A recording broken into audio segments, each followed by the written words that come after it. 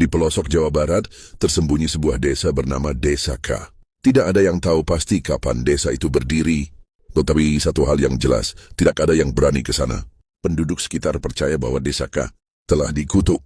Dahulu desa itu makmur, namun berubah menjadi tempat terlarang setelah insiden mengerikan yang menimpa seorang wanita bernama Nyi Rengganis. Nyi Rengganis adalah janda muda yang dikenal cantik namun pendiam. Ia sering mengasingkan diri ke hutan, hingga suatu hari, warga desa menuduhnya sebagai penyebab kematian misterius yang terjadi berturut-turut. Anak-anak jatuh sakit tanpa sebab, hewan ternak mati dengan tubuh menghitam, dan sumur-sumur tiba-tiba mengering. Mereka menganggapnya dukun santet dan tanpa bukti, ia dihukum bakar hidup-hidup.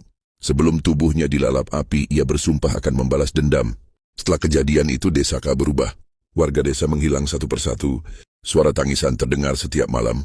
Dan yang paling menyeramkan, wajah Nyi Rengganis sering terlihat di kaca rumah-rumah kosong. Hingga akhirnya Desa K menghilang dari peta. Bertahun-tahun kemudian, seorang jurnalis bernama Galang dan dua temannya, Riko dan Maya, tertarik menelusuri Desa K. Setelah mendengar kisahnya dari seorang kakek tua di warung kopi. Jangan ke sana kalau kalian masih ingin hidup, peringat kakek itu. Tapi rasa penasaran mengalahkan ketakutan mereka. Setelah 2 jam berjalan kaki melewati hutan, mereka akhirnya sampai di Desa K. Sepi, menyeramkan. Rumah-rumah tua berdiri dalam keadaan terbengkalai, dipenuhi tanaman liar. Tapi ada sesuatu yang membuat bulu kuduk mereka merinding, bau anyir yang menyengat di udara. Saat mereka memasuki sebuah rumah tua, Riko menyingkap tirai jendela untuk melihat keluar.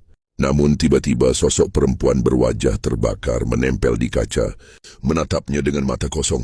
Riko menjerit jatuh ke lantai. Galang dan Maya menoleh ke jendela, tapi sosok itu telah menghilang. Malam itu mereka memutuskan untuk bermalam di rumah tersebut. Namun tepat pukul 12 malam, suara langkah kaki menyeret terdengar di luar rumah. Galang mengintip dari celah pintu, dan saat itu juga tubuhnya membeku ketakutan. Di luar sana, seorang wanita berambut panjang dengan kulit mengelupas berjalan terhuyung-huyung sambil berbisik, "Aku masih di sini." Tiba-tiba pintu terbuka sendiri dengan keras. Pintu itu terbuka sendiri dengan suara berderak. Lilin yang mereka nyalakan berkedip-kedip, lalu mati bersamaan. Dalam gelap, terdengar suara bisikan lirih yang berubah menjadi jeritan panjang. Galang, Riko, dan Maya terpaku di sudut ruangan. Sosok Nyi Rengganis kini berdiri di ambang pintu, matanya hitam pekat, tubuhnya penuh luka bakar, dan bibirnya menyeringai lebar. "Kalian tak seharusnya datang ke sini." Suaranya parau, seperti bara yang masih membakar tenggorokannya. Maya menjerit.